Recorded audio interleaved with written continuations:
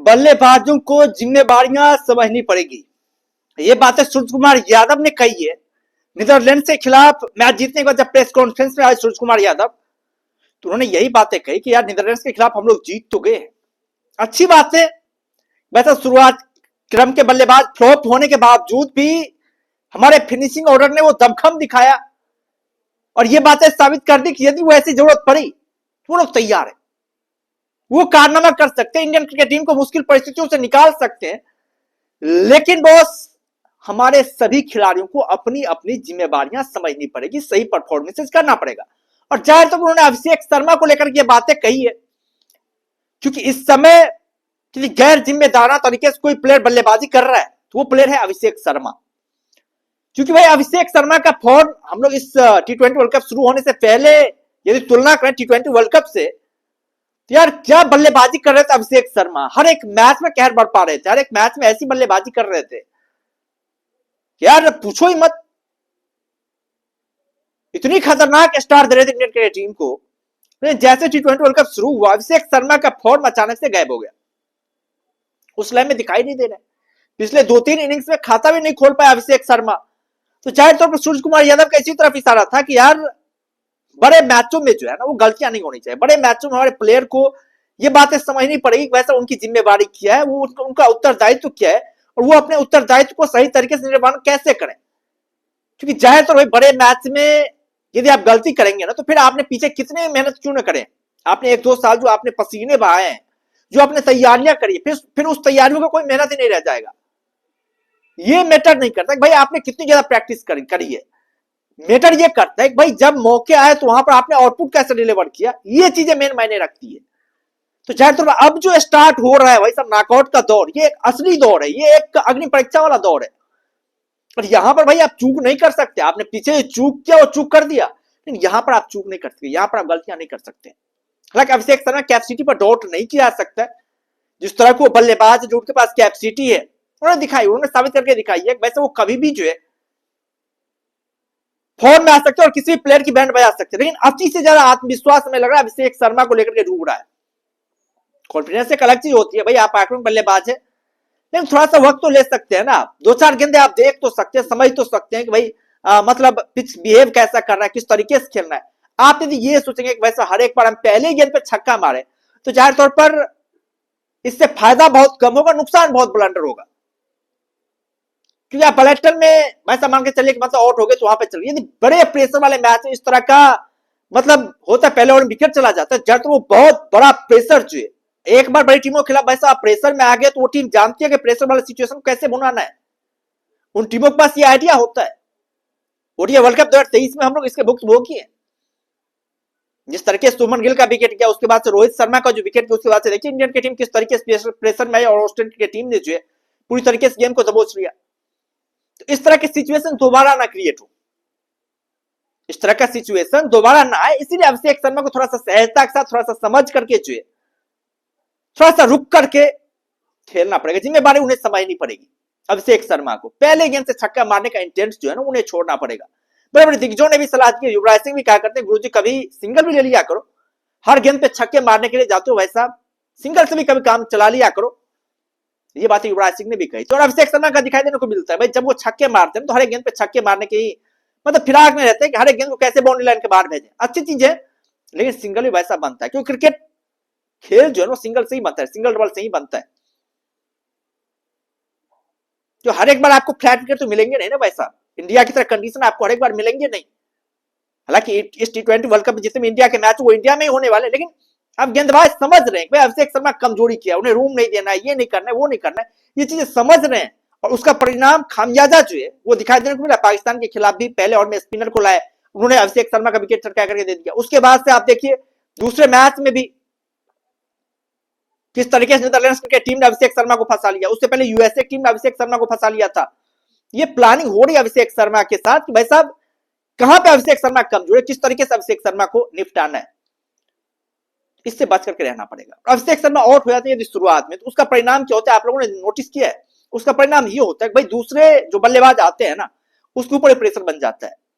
नहीं तो सूर्य कुमार यादव और तिलक वर्मा की पारी यदि आप लोग पाकिस्तान के खिलाफ और नीदरलैंड्स के खिलाफ यदि आप लोग देखें तो भाई किस स्ट्राइक रेट के साथ उन्होंने बल्लेबाजी करी, लगभग 100 के स्ट्राइक रेट के साथ बल्लेबाजी करी दोनों ही मैच, दोनों ही प्लेयरों ने।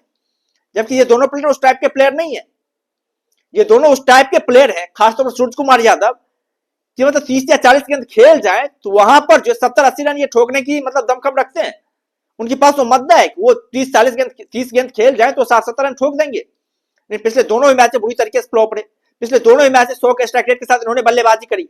तो ये एक गंभीर समस्या है, बहुत बड़ी समस्या है इंडियन क्रिकेट टीम के लिए। तो भाई इस समस्या से भी आपको निपटना पड़ेगा, इस समस्या को भी आपको दूर करना ही पड़ेगा। यदि आप इस समस्या को दूर नहीं करते हैं,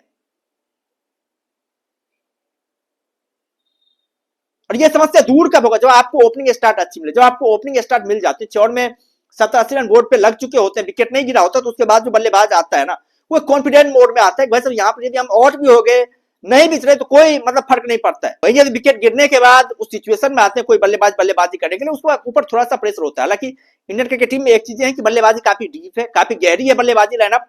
8वें पोजीशन तक हमारे पास प्लेयर है ऐसे जो बल्लेबाजी कर सकते हैं, बेहतरीन अंदाज बल्लेबाजी कर सकते हैं, टीम को संभाल सकते हैं। लेकिन फिर भी बड़े मैच में जो है भाई प्रेशर आ ही जाता है, मुश्किल परिस्थितियां आ ही जाती है। और कई बार तो वैसा विकेट जब गिरने लगता है तो मतलब गुच्छे विकेट गिरने लगता है, फिर तो हालत बदहाली के दौर से गुजर जाती है। हर एक बार आपको शिवम दुबे बचाने के लिए नहीं आएंगे, यहां पर आगे शिवम दुबे आपको बचाने के लिए, हार्दिक पांड्या आगे बचाने के लिए। मैं तो किसी मैच ऐसा भी हो सकता है ये दोनों प्लेयर भी फ्लॉप कर जाए, तो वहां पे और ज्यादा टेंशन बढ़ेगी। इससे इंडियन की टीम को समझना पड़ेगा, सोचना पड़ेगा।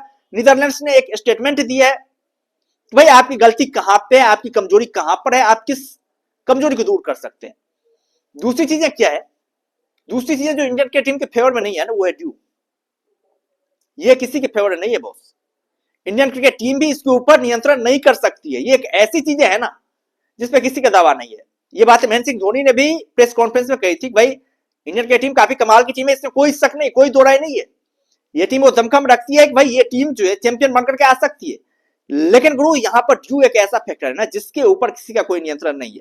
और ये चीजें यदि आपके अगेंस्ट में चली गई तो भाई कितना ही बड़ा मैच क्यों ना, वहां पर आप हार सकते हैं। और ये चीजें हुई थी 2016 में, आप देखिए वेस्ट इंडीज के खिलाफ। वेस्ट इंडीज क्रिकेट टीम ने हमारे खिलाफ जो 180 प्लस रनों का पीछा किया था। 2023 को ओडीआई वर्ल्ड कप के फाइनल मैच में ऑस्ट्रेलिया ने हमें हराया था, और ड्यू फैक्टर दोनों ही जगह जो मतलब काम करी थी। तो ये मतलब सिनेरियो हो जाता है जब ड्यू पड़ता है, तो आपके कितने भी काबिल गेंदबाज क्यों ना, चाहे वो वरुण चक्रवर्ती हो, कुलदीप यादव हो, या फिर जसप्रीत बुमराह क्यों ना हो, उनकी गेंद पे ग्रिप जो है ना सही तरीके से नहीं बैठ पाती। और यदि ग्रिप सही तरीके से नहीं बैठ पाती है तो उस तरह का कंट्रोल नहीं रख पाते गेंद के ऊपर, उस तरीके से गेंदबाजी नहीं कर पाते, फिर बल्लेबाजों के लिए आसान हो जाता है रन बनाना। फिर बहुत ही आसानी से रन बनाते हैं, बहुत ही आसानी से जो है टीम की मतलब बैंड बजा कर रख देते हैं। तो ये चीजें हो जाती है, तो इसके ऊपर जो है ना नियंत्रण रखना बहुत ही ज्यादा आवश्यक है, बहुत ज्यादा जरूरी है। इसके ऊपर किसी का कोई कंट्रोल नहीं है।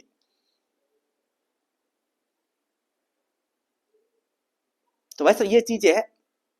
रिंकू सिंह की भी चर्चा आपको करनी पड़ेगी यार, जिस तरीके से रिंकू सिंह बल्लेबाजी कर रहे हैं, इनके ऊपर ही बातें करनी पड़ेगी यार। रिंकू सिंह एक ऐसा प्लेयर है ना जो पिछले कुछ समय में ये बातें तो साबित करके दिखाई है कि यार वो प्लेइंग 11 में डिजर्व करते हैं। क्योंकि जब भी रिंकू सिंह को चांस मिला है, एक आधे गेंद खेलने का मौका ही मिला हो, लेकिन वहां पर वो आकर को डिलीवर करके चले जाते हैं, वो दिखा करके जाते हैं कि यार रिंकू सिंह के अंदर वो काबिलियत है कि 1 या 2 गेंद भी हो तो आ करके अपना काम कर सकते हैं, छक्के चौके लगा सकते हैं, बाउंड्री ठोक सकते हैं। ये बातें रिंकू सिंह ने दिखाई है यार, तो बहुत ही कमाल की कला है, बहुत कमाल की खासियत है भाई। और इसीलिए रिंकू सिंह टीम इंडिया में बने भी हुए हैं। आप देखिए रिंकू सिंह की जगह पर हो सकता है ऑलराउंडर को खिला सकते थे आप, रिंकू सिंह को इसीलिए खिलाया जा रहा है कि वैसा वो उस जगह पर आकर के उस तरह कार्डमा डिलीवर करके देते हैं। ये चीज है रिंकू सिंह।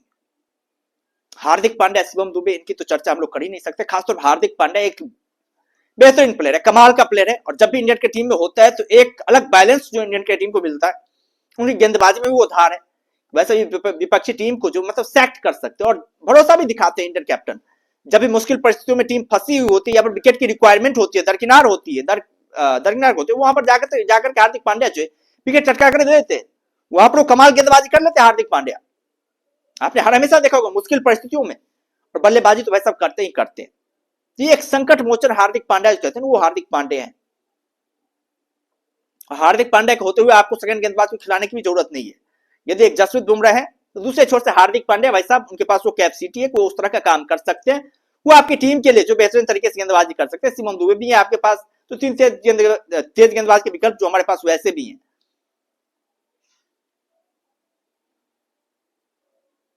तो हार्दिक पांड्या बहुत ही कमाल के प्लेयर है। शिवम दुबे वो अपनी कैपेसिटी दिखाई चुके हैं, बाहुबली प्लेयर है, गजब के प्लेयर है।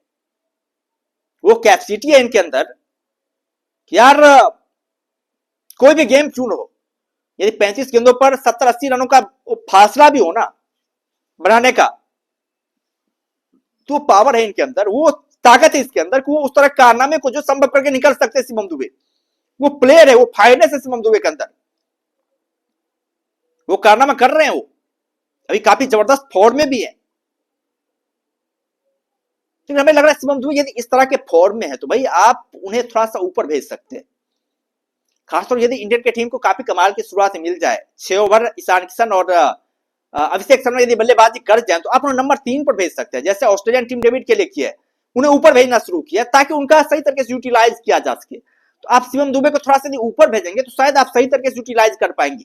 जिस तरीके से चेन्नई सुपर किंग्स की टीम इन्हें यूज करती है उस तरीके से आप यूज कर सकते हैं। हालांकि आप इनका फिनिशर वाला किरदार रहने दीजिए, मतलब इन्हें फिनिशिंग टच में रहने दीजिए, लेकिन जब आपको शुरुआत अच्छी तरीके से मिल जाए ना तो फिर आप शिवम दुबे को जो थोड़ा सा ऊपर भेज सकते हैं, क्योंकि इनके पास जो फायर रेंज है ना भाई, काफी कमाल की फायर रेंज है, काफी कमाल के हिटर है, बेहतरीन हिटर है। और जिस तरीके से अपना प्रदर्शन करके दिखाते हैं, गजबे है बॉस, गजबे है इनका परफॉर्मेंस। खैर आप लोग क्या कहना है सूर्य कुमार यादव के इस उपदेश को लेकर, जो उपदेश उन्होंने दिया है बड़े मैच से पहले, नॉकआउट मैच से पहले, उस उपदेश को लेकर के आप लोगों का क्या कहना है? आप लोग अपना राय जो कमेंट बॉक्स में दे सकते हैं।